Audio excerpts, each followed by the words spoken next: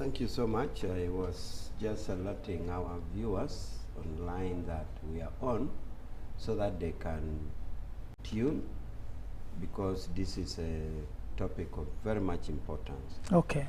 So last week when we were here, we had two ladies. They were coming from an organization called the Red Rope.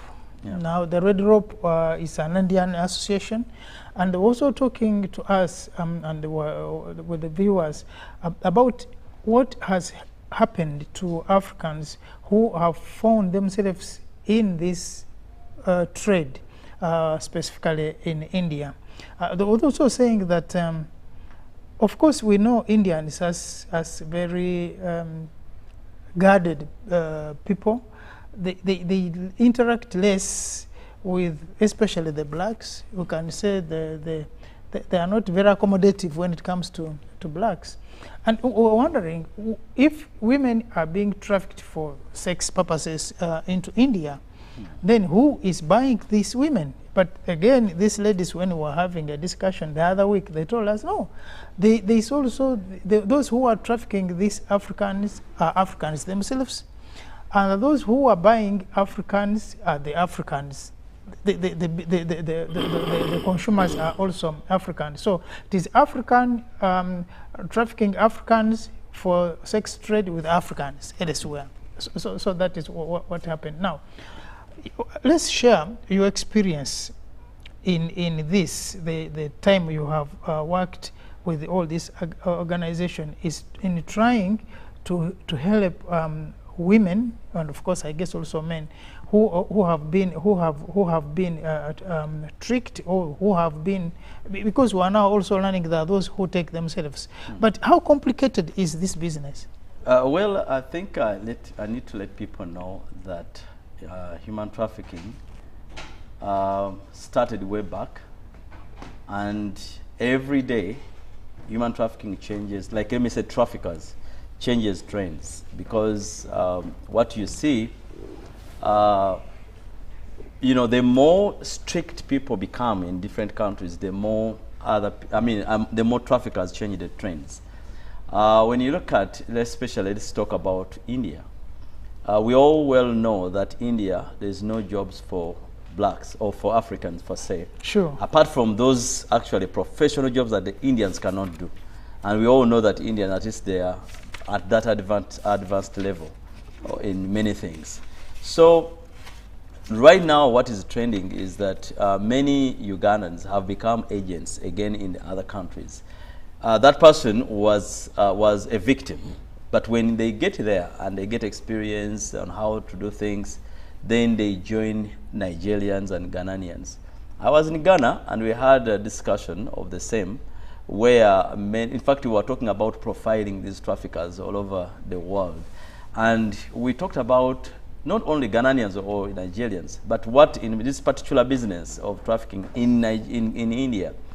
The information I've got on ground is that Nigerians, now they are working with Ugandans who becomes the agent. They bring them from here, take them to India, then when they reach India, they give them to the Nigerians. Now the Nigerians becomes the consumers. Not the consumers, but they become the agents within the country. So what they do is to get your passport or your documents, and then they can now control you. Because this is not only India that it has happened. Yeah. I've been to almost every country in the Middle East, and I have done my research very well that what these traffickers do, or the agents, the only way they can control you is actually to take your documents, which actually can support you either to go back home or something like that. So these Nigerians are not only in India. I've seen them in Dubai, I've seen them in Qatar, I've seen them in Jordan, but they are only business, because for them they cannot get you from Uganda. So they use the Ugandans to traffic you to those countries so that they can actually get money from you. Now what happens is this: when they get you there, after getting your passports and all that, and then you start working for them. Because even when you go, promise to be doing another job or another work, when you get there, that is the only job that you're going to be doing. Now, In doing it, firstly, they'll have to take your documents away from you. Then after you pay them, you are free. Now that's when the game starts. This person who has been taken there actually is a victim, who has been paying, who has been doing this sex work firstly. Then when they pay back, now they want to do the same work. When you buy your freedom. Yeah, when they buy the freedom, now they begin now to be the traffickers now themselves. That's why sometimes it's very hard to define a trafficker at this level and a victim, because they were traffickers. I mean, they were victims. Now they became traffickers because they think that is now the way to go. I have done some of the case here in Uganda one time. It was basically about Illuminati, and this person, I think you've heard of a guy who framed Jeff Chiwa to order him to bring the head of a child. But when we arrested this boy, this is what he told us, that I was tricked into it, and then I think what he didn't tell us that he also killed a child. But he said I was a victim. They tricked me, and then in order for me also to do the same to make some money from there, I also had to trick others to enter into Illuminati, so that then I ordered this person to go and bring me the head, not knowing that he's going to actually kill his own sister. So now this is the same thing that happens the other side. Okay. Yeah. But now we are looking at two scenarios here. There are people who leave this country to go for jobs. Yeah. They are taken by registered companies that recruit for external labor. And we have seen this happen, especially in the Arab world. We have seen many of the girls who are taken, and men who are taken to the Arab world through the normal systems, and they have certificates, they have documents that they have been given by the government of Uganda. And we're talking about the government of Uganda, but also other governments across Africa, because what we're discussing here is what is happening elsewhere. It is happening in Kenya, it's happening in Ghana, it's happening in South Africa, and these girls. And now, are these traffickers part of what happens, even those companies? Because we have also seen girls who have gone through these companies, but they also come back with the same complaints. Is there a connection with the traffickers and the genuine recruiters who recruit our girls here for external labor? Actually, I think I'll have to say this here. We have companies that actually, registered, certified to externalize labor in the Middle East or any other country, but they are also traffickers at the same time. Because we have cases that evidently that these people, because when you're taking someone to work, there is a process that person has to go through. To go through Minister of Labor. Minister of Labor has to satisfy that person who is going. They have to see the job orders and all that kind of stuff. Then ISO has to also come in to to see this person is not a criminal. Is not a criminal in Uganda. They have to go through a process, and there is a pay that you have to pay as a company, a recruiting company here in Uganda. But we have had cases where, again, we have cases, I don't want to mention the companies here, but there is a companies that we have gotten where they had to take a certain number of people that actually on the list, they had, let's say, they had like about 100 people, and this time around we got them with another 70 people who are not on the list. That means now they also become traffickers. Now, secondly, let's talk about those that have actually genuinely gone to work. I would say this without shame, that there are some people, especially girls, I will talk much about the girls because they're the most vulnerable ones. When they reach there, they engage into WhatsApp groups. Now, WhatsApp groups are full of these people who are called, they call themselves the mamas. They call themselves mamas. Now, who are the mamas? The mamas, these are the girls, or these are the women who went to work, they left their houses, and now they started their own business there. That is sex business. Now what they do is to call them off the houses and tell them, you know what you do? Leave those houses and come. We have people, we have accommodation here, you're going to be sleeping freely, but not knowing that where they are going, actually they are going to be into this. Now, this is the trap where the trap comes in. After you leave, you remember when you go to your boss in there, you give in your passport to your boss. It is your boss that keeps your passport. Now, when they are leaving, they don't leave with the passport. They leave the passport with the boss. Now, they become very vulnerable in the way that where they are going, they don't have any document that talks about them apart from the ikama. And sometimes that ikama that you have is actually basically your boss has to be the one who gave you that ikama or supported that ikama. Now, when they get to those houses, they are vulnerable that they don't have any document. Now, whoever is actually using them or to work, let's say they have to work part-time or whoever to work with for someone, they have to work daily and they have to be paid daily or weekly. Now, time comes when they actually get tired of that. In those countries, especially in Arab countries, they have their apps, the applications on their phones where they actually buy sex workers online. So what they do is now this mama is the one now controlling you all. Whoever comes online and you have to go there, there's a percentage you have to give this lady who is your boss in this particular, but he's a Ugandan actually. Now, so even before we go to that, because I know, because we were now building this story that a person comes from Uganda, sometimes goes to work, she or go genuinely through the recruiting companies that are working on externalization of labor, or go as a trafficked person, or somehow after they have finished their work, their contracts have ended. Well, for those who go with their contracts, after their contracts end, it's mandatory that they come back. And that is the discretion of those of the persons who are holding them, because they are the ones who decide when they should come and the rest. Of course, there is also in the Arab world the law, the kafara, that the person who is paying you has control over you, is the one to decide when you can leave, when you cannot, because even when they leave, the owners of those now workers have to pay a tax to the government to allow the exit tax. But before we go that, I will come to Ndugu Awich, because in this year 2025, we're looking at an underhand trade in the dark world, the black market, where people are being sold, because these girls, when they are trafficked, they become vulnerable and they have no control over themselves. Someone, either the owner of the company who is taking them, or the owner of the home where they are sold, or now we're talking about the mamas who get them, who will then sell them again to the market, and the trade goes on and goes on and goes on.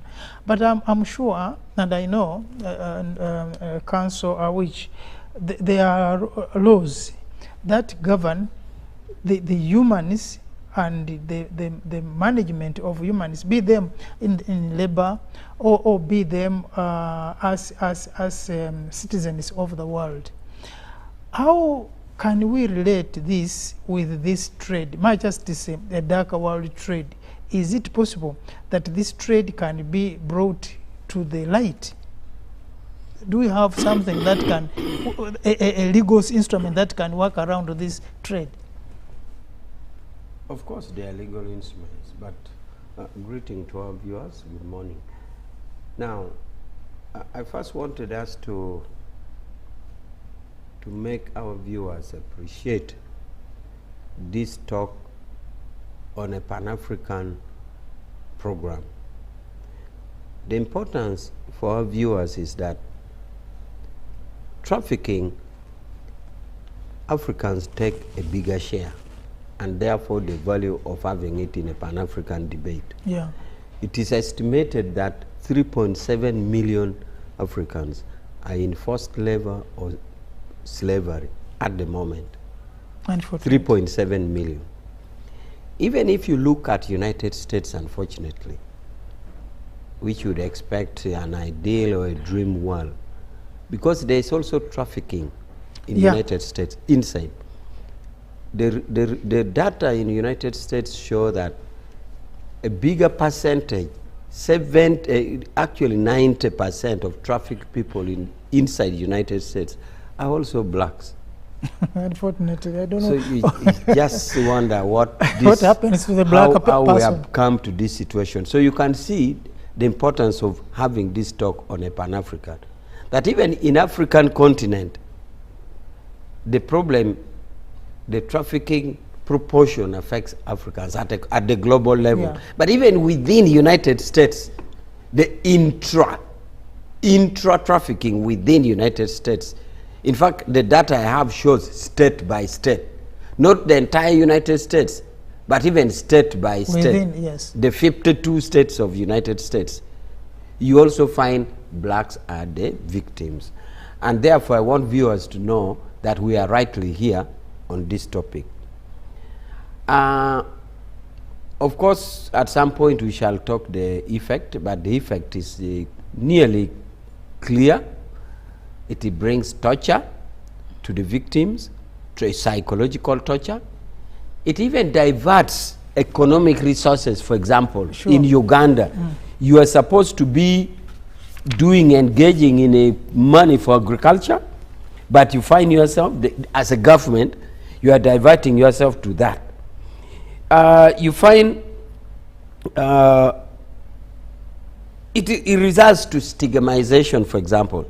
You'll be sure that even girls who come back, the victims, you're already victim. That is enough torture. But even after that, you are still suffering from stigmatization. And that's why some would fear to come out. So it's not a good thing. It's bad. It's slavery. Therefore, it is worth that we are here. Now, about the legal regimes for prohibition or for protections, I have mentioned before that the first legal regime historically about trafficking was in Europe. Because in Europe at that time, around 1914, they were trafficking white women. It's now that with the globalization, we have now taken the bigger share. Yeah. But white women were being trafficked. So the first anti-trafficking law was in Europe to prevent the trafficking of white women.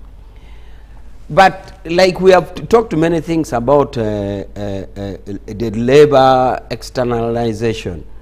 You see, right now the global system is that we're a global market. Therefore, labor migration is a necessity. And that is why the entire world came up with a convention called Convention on Migrant Workers. It's a United Nations convention. And therefore, this convention came, as you know, many laws come to address the mischief or to promote development or production. Sure. So this convention was brought to say, now that there's inadequacies of labor, because the world has inadequacies.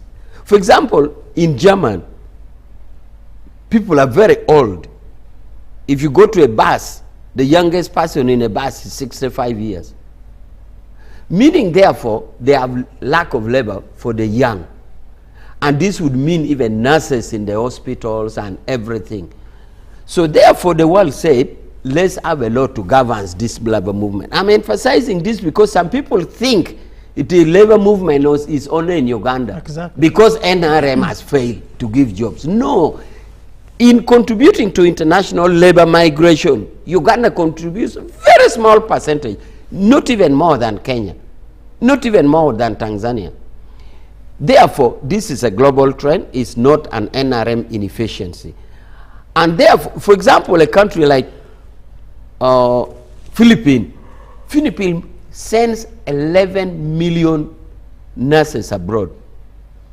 Mexico has 11 million migrant workers in USA. Sure. In fact, they have acted a movie saying one day without Mexico. Without Mexico. They said, if you think we are bothering you, can we remove Mexican for just one day and we see if your toilet will not clog, your tomatoes will not rot, your factories will not stop. Therefore, one of the laws that was intended to let legal migration of workers at a global level was the Migrant Convention. Because the world was saying, instead of stopping people from going, give a law which let them go. And this convention is expected to offer protection abroad for the workers, but if you look at the convention, it also has protection for the children remaining, because it gives obligation to the exporting country and the receiving country. Sure. But nevertheless, this mischief still exists. And therefore, there are many provisions for anti-trafficking at a global level.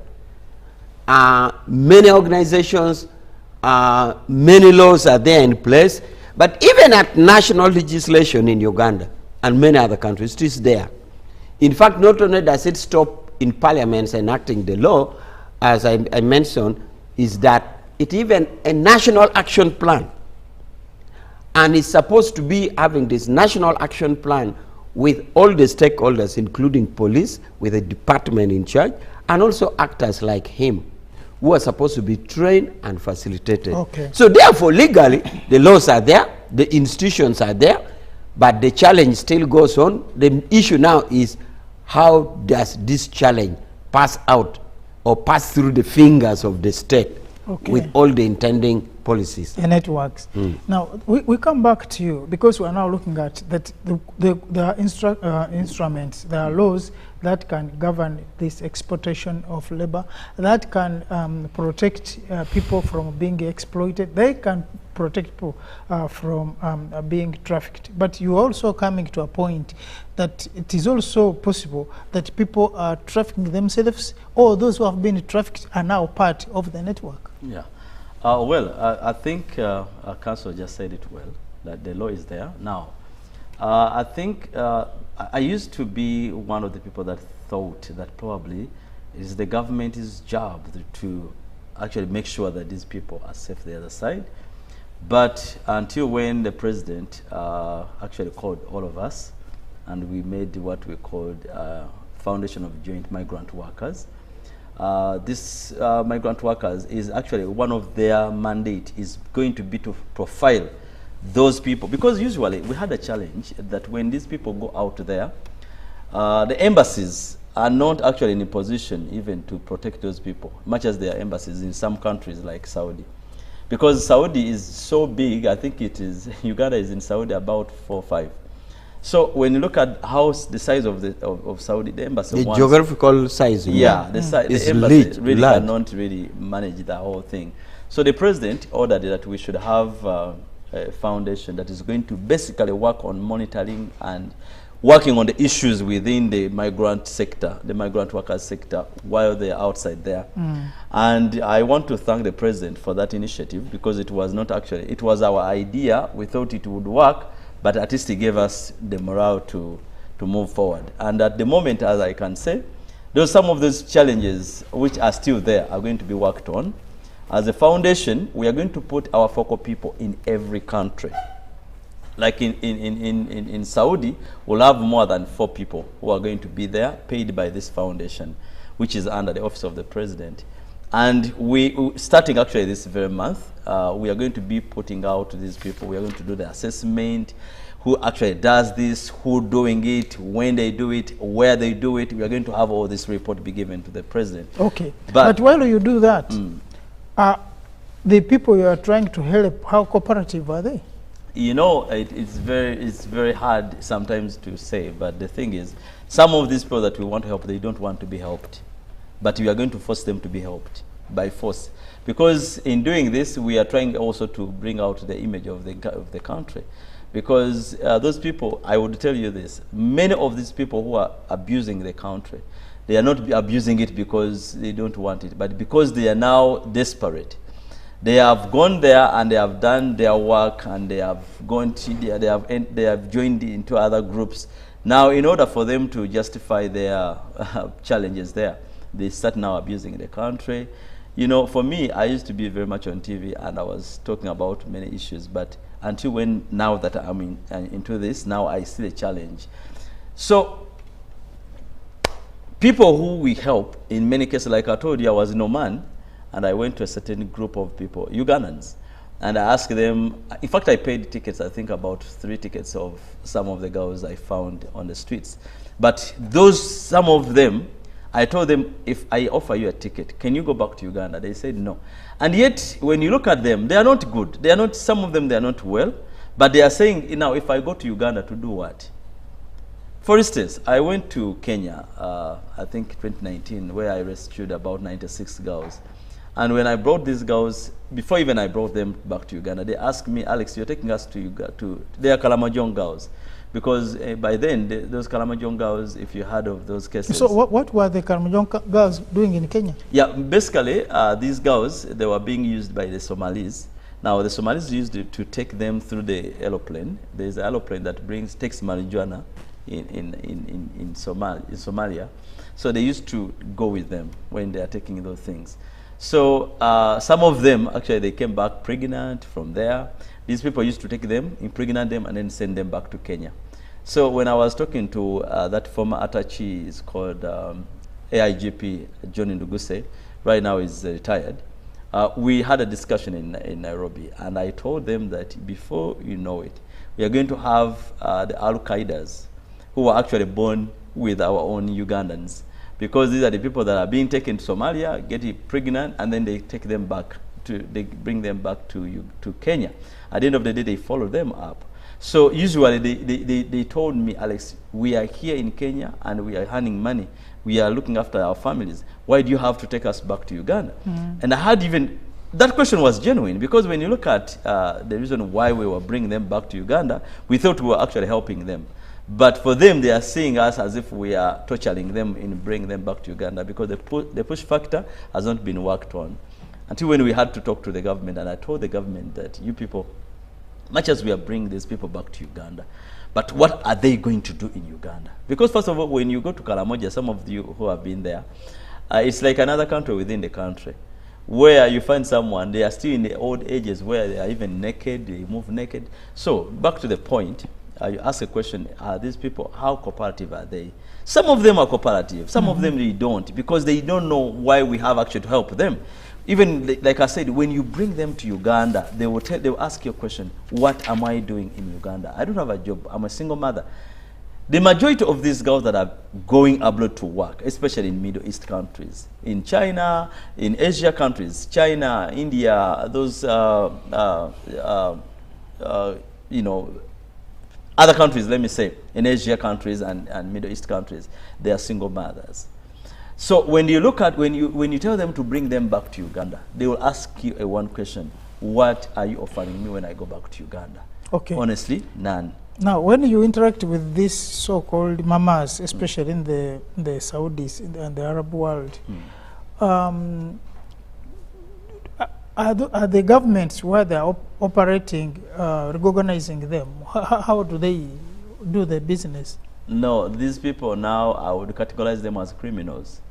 They are criminals. They are not legally working there. In fact, if you find the way they even operate, they operate.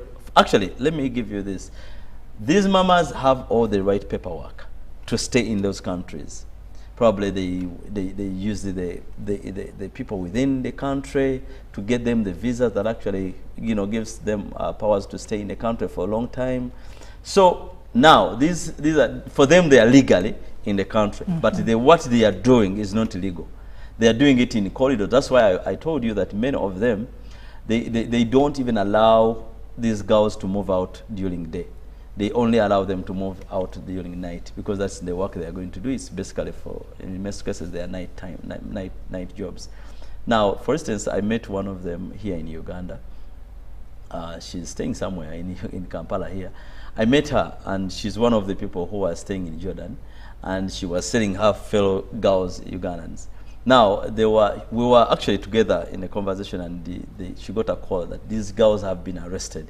Now she was trying now to connect with police people from police in Jordan, connecting with them. You people, they have arrested my people. Now she's calling even my people have been arrested. I need your help right now. You go to police before they even put them in court, because once they go to court, I will have no choice but to have them back to Uganda. They will deport them. So she's like, they are connected. They are, like I said, they are criminals. They are connected to police. You know, criminals usually work, even in Uganda here. You will find a criminal who is actually working with the police. And yeah, I'm telling you that one straightforward. You know, you arrest a trafficker, but before even you leave, the trafficker is already left at the police station. You know, you go with the person and they will ask you, what have you done? I have one time I was threatened by one of the people, which I don't want to mention. He was trafficking people, honestly. And I worked with Madame Nakalema. You know, even the company was stopped operating, and then this person came blagging around with a pistol. And like, you know, you are needed somewhere. I don't want to mention the office. And I told him, no, I'm not going to go there. If you want to arrest me, you come here and arrest me. Yeah. So we are saying that, like Ndugwa, which was saying, that there are laws that govern the anti-trafficking of humans. But that maybe there are loopholes in these laws that the traffickers are exploiting to continue their trade, but also that this network is well connected. It's a very good network that you may not easily break through. And then look at which you are adding. Yeah, just to pick up from the network, records show that trafficking activities is a net profit of 13.1 billion US dollars. Some big money. So if you're talking of a profit of 13.1 billion dollars, it shows you the complications. And therefore this money is spread across the globe. And it therefore explains to you the network. So the fact that record shows that these illegal activities has $13.1 billion shows you the complication and the actors involved, both non-state actors and state actors who are compromising. But there's also a point we have been discussing about whether or not these victims need rescue. Should the victims be rescued or not? Are they victims or are they perpetrators? Even if you leave now the perpetrators who have their paper, I think these people need rescue, even if they don't want it, because first of all, they're involved in illegality. Yeah. And for a country to see a citizen involved in illegality, you can only either punish the person for illegality or save the person from the continuous involvement in illegality. In which case now, if it's in Jordan, it is only the Jordan government with the jurisdiction to punish. But for us, I think as a country, all we can do is to rescue, even if it appears against the interest, because she wants to continue with illegality. Sure. And also you realize that fighting this crime is both psychological and non-psychological, because it has now gone into a mindset. These people need counseling. Yeah. They need to be counseled. They need psychosocial care, because their state of mind is also affected. Because some of them actually involves even drug, because it needs a kind of confidence for you to do some acts, like regular selling of sex. Many of them do it not in a very sane mind. And that sanity or insanity of mind with the other psychological torture needs psychological. But of course, here with the interventions of now that is in touch with the president and the NGOs there, too, including the ministry, there is always that what I had referred to as a work plan. There's supposed to be a rehabilitative provision that when these children of ours come back, how do you handle them? So if that work plan is not encompassing part of rehabilitation, then it is incomplete. Because it used to be done, even say under actually it is provided for under the Convention on the Rights of the Child. For example, children are involved in armed conflict. They're supposed to have a rehabilitation provision under the law. Similarly, children or women, both the women adult under CEDAW, that is Convention on Elimination of Discrimination Against Women, and also under Convention on the Rights of the Child, states have the obligation to provide rehabilitative procedures. And therefore, if the relevant ministries and organizations don't have that, then that program is incomplete. And therefore, that would also be applicable to the Karamojong children. So, whether or not these people should be rescued, they should be. And the rescue involves both psychological, economic interventions, and legal interventions. We need them back because they are victims. Even if they seem to compromise with the victim situation, Yeah. they can't. I'm not sure about the status of legal prostitution in the countries that you have mentioned, but I know in Europe, for example, a country like Switzerland and Germany, prostitution, and Netherlands, prostitution is legal. But even then, a foreigner will have to go through tedious way to legalize to be in the profession. Okay. But countries like Italy, the prostitution is criminal. Sweden, prostitution is criminal for their doctrines and philosophy that they believe in. But that is what they do compared to these other neighboring countries. For example, it would be interesting for you to know the doctrine in Sweden, why they have criminalized prostitution. Sweden has a state philosophy which says, from each according to his ability, to each according to his needs.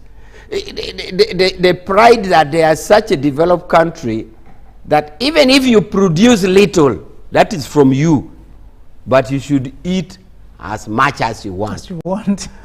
I don't know how far they have achieved it, but so the state philosophy of Sweden is from each according to his ability, to each according to his needs, which ideally was actually an ideal dream in a communist society. Exactly. But it makes Sweden a welfare state. A welfare state in that they take care of the citizens. And therefore, the presumption in law is that if you get a vulnerable woman on the street, instead of buying, you take her to a welfare officer to give food.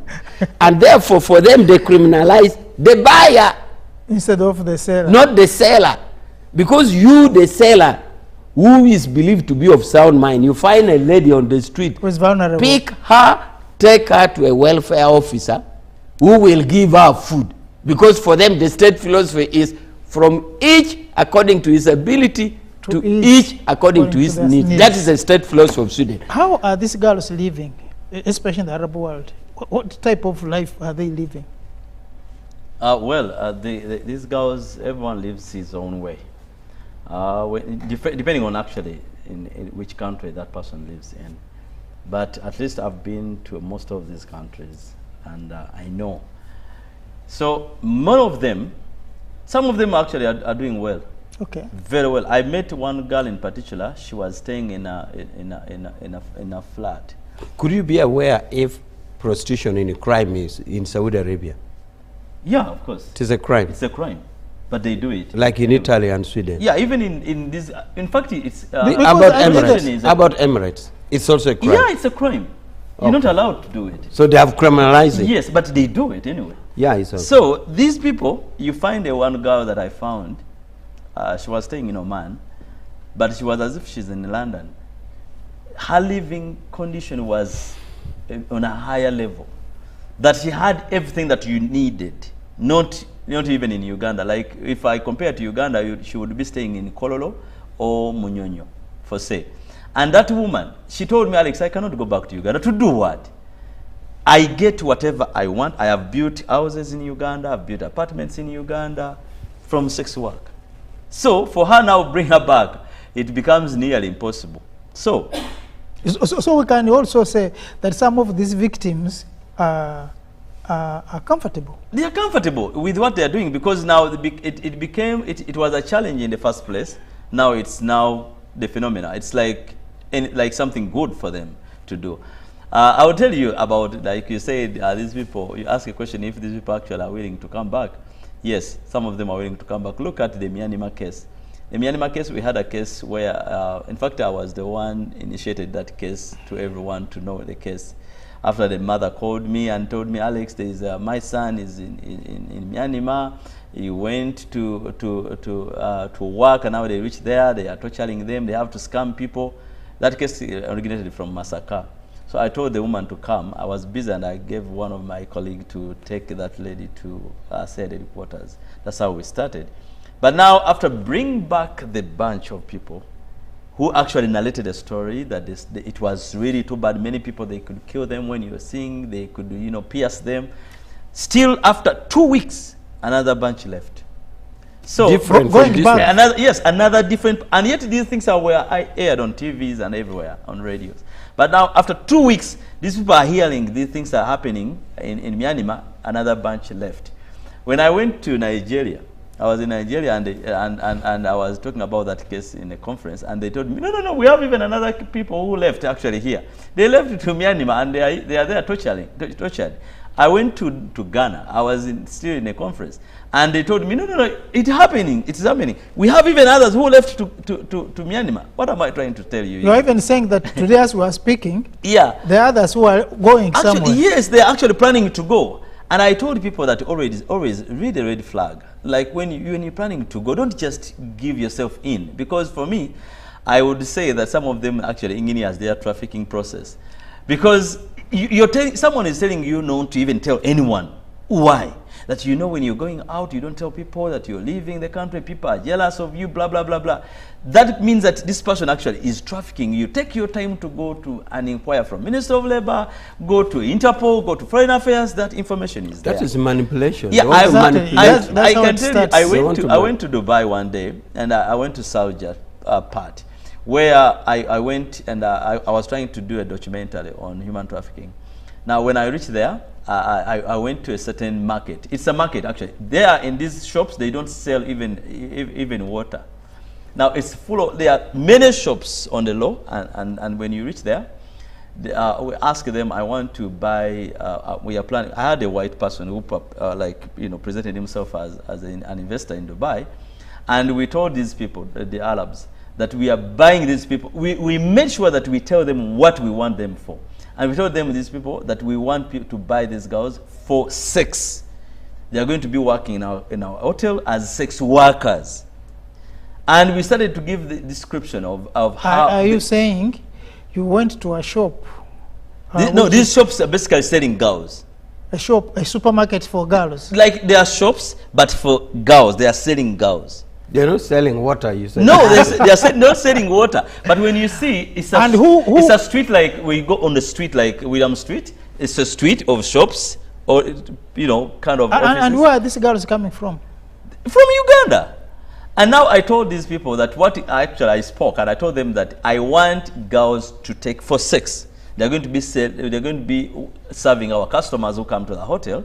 But we want people with big nyash. We want people who are, like, we gave a very hard description, whereby they may not even actually get them.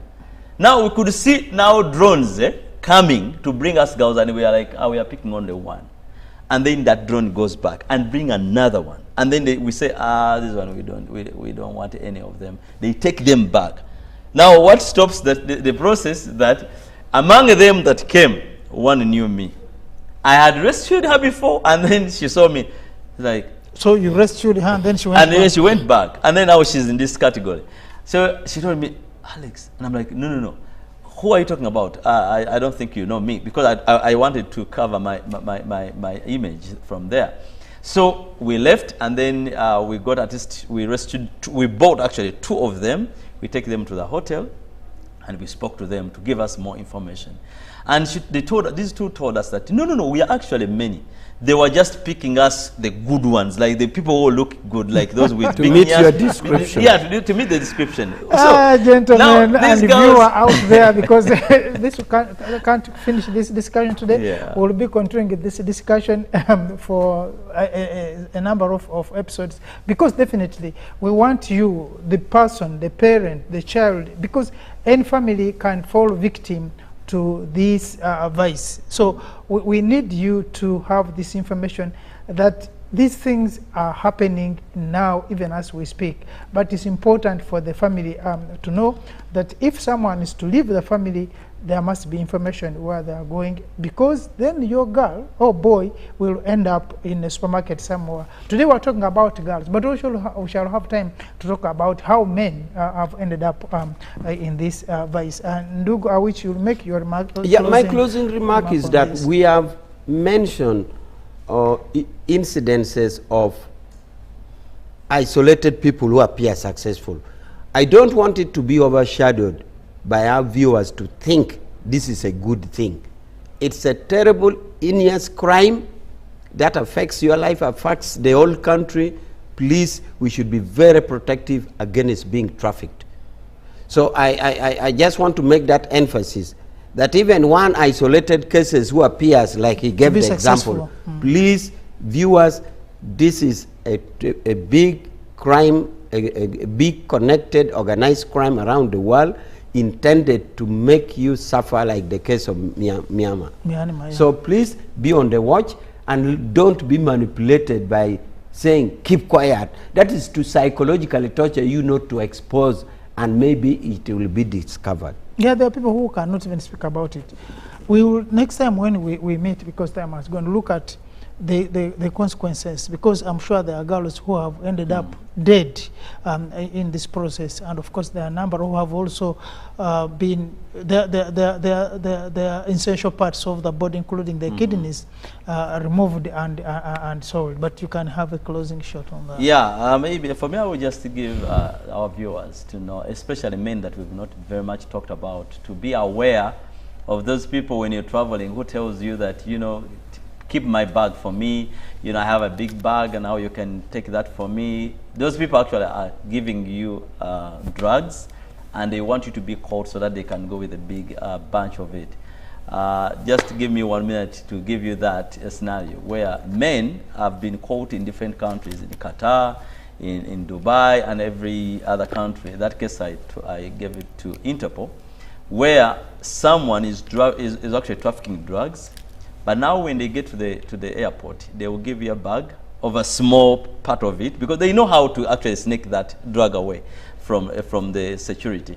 Now they will give you a small part of it, then they take the big part of it. Now when you reach the other side, they give you in, you get arrested, and then they take the big part of it. So be aware of those people that say, you help me with my bag. So viewers, thank you so much, and we'll keep giving you more information. And the government, thank you so much for taking this as serious as it is. Yeah, thank you so much, gentlemen, for this discussion. I know time cannot allow us to exhaust everything, but we will. This, of course, the second episode, we are talking about the exploitation and trafficking of humans. We also have people who will be coming from the ministry to talk to us the challenges that they also face, because government has been blamed sometimes. Not only Uganda government, that time we had even Kenya, people were complaining, Ghana people were complaining, Nigeria is even worse, that government is not doing much. But also there are challenges, because like we were saying, some of these people go quiet. They don't even want to talk, to report to the embassies when they get there. But how can we put our efforts together to fight this? We may not stop it, but at least the awareness should be there, that people know what is happening. And thanks so much for the team that has been behind this production. Until next week on Friday, so I'll be back with more discussion on this subject. And thank you everyone, and have the best and blessed over the weekend. Thank you.